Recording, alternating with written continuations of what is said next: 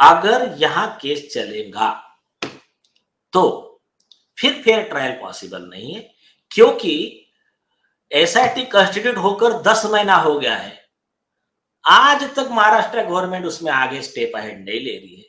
इससे भी ये लग रहा है कि सरकार भी दबाव में है और ये बहुत बड़ा कारण है। तो हमने क्या किया है, हमने एक्चुअली जो ट्रांसफर की केस होती है सुप्रीम कोर्ट में डालना होता है, हमने सरकार पर ही ढकेल दिया है। हमने हाईकोर्ट को बोला है कि आप सरकार को निर्देश दो, they should take steps for transferring this case to either Uttar Pradesh और गुजरात।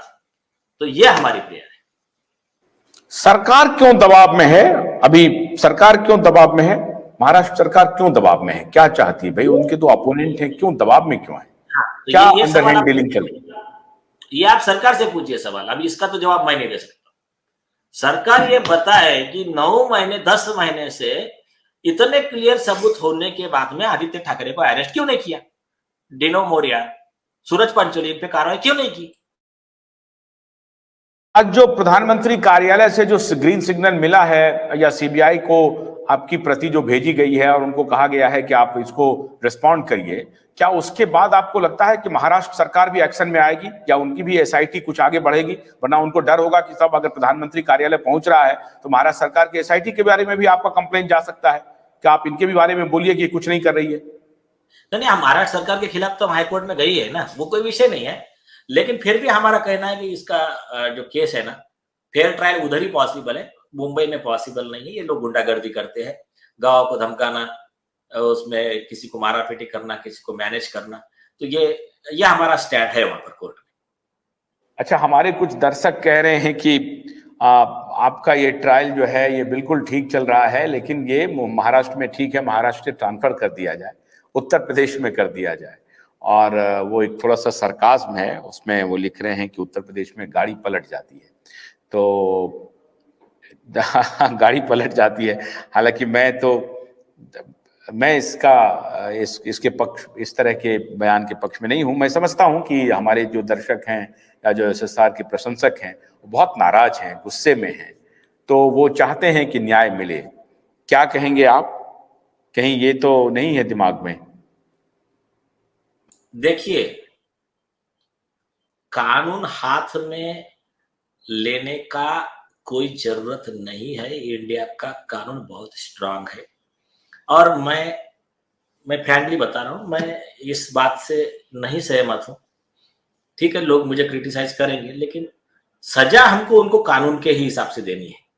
मैं वो बाकी out of law fast justice उसके समर्थन में नहीं हूं, क्योंकि क्या होता है उससे बाद में अगर ये शुरू हो जाएगा ना, तो उससे हो सकता है लोगों की भावनाएं हैं, ठीक है, तो उसको एक काम कीजिए ना। मैं आपको कल का किस्सा बताता हूँ, कल का मतलब 3 दिन पहले का। केरला में एक जज ने गैंगरेप और मर्डर, सेम केस, मतलब वो रेप और मर्डर था, तो ये तो गैंगरेप और मर्डर है। उसमें आरोपी को पूरा ट्रायल चलाकर हियरिंग, आर्गुमेंट, सब केस कंक्लूड कितने दिन में किया? 27 दिन।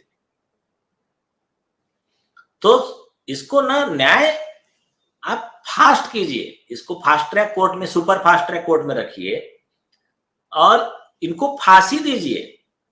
ये डिमांड कीजिए।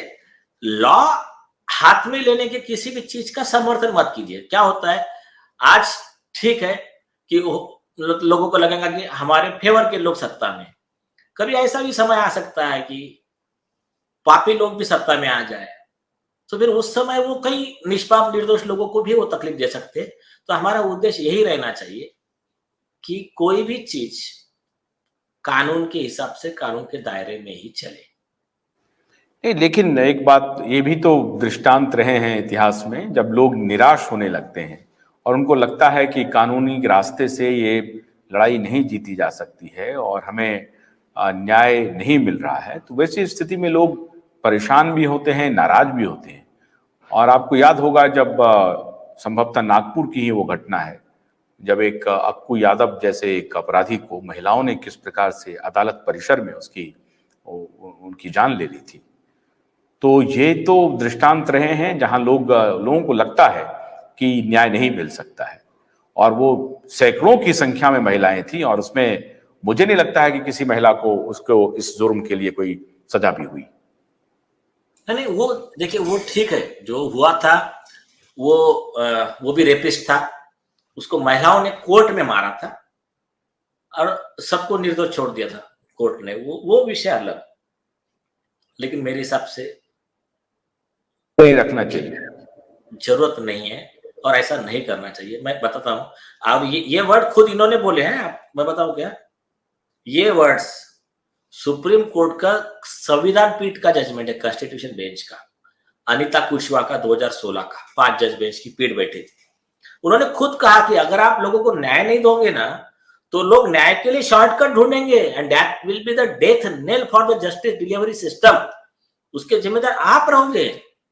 वो ठीक है, लेकिन मैं ये बता रहा हूं कि अभी देखो, हम अच्छे से लड़ रहे, तो अभी आ गया ना स्टेज आगे, मतलब मैं ऐसा नहीं बोलना चाहता, लेकिन है हमारे जुडिशियल सिस्टम में कई खामियां हैं।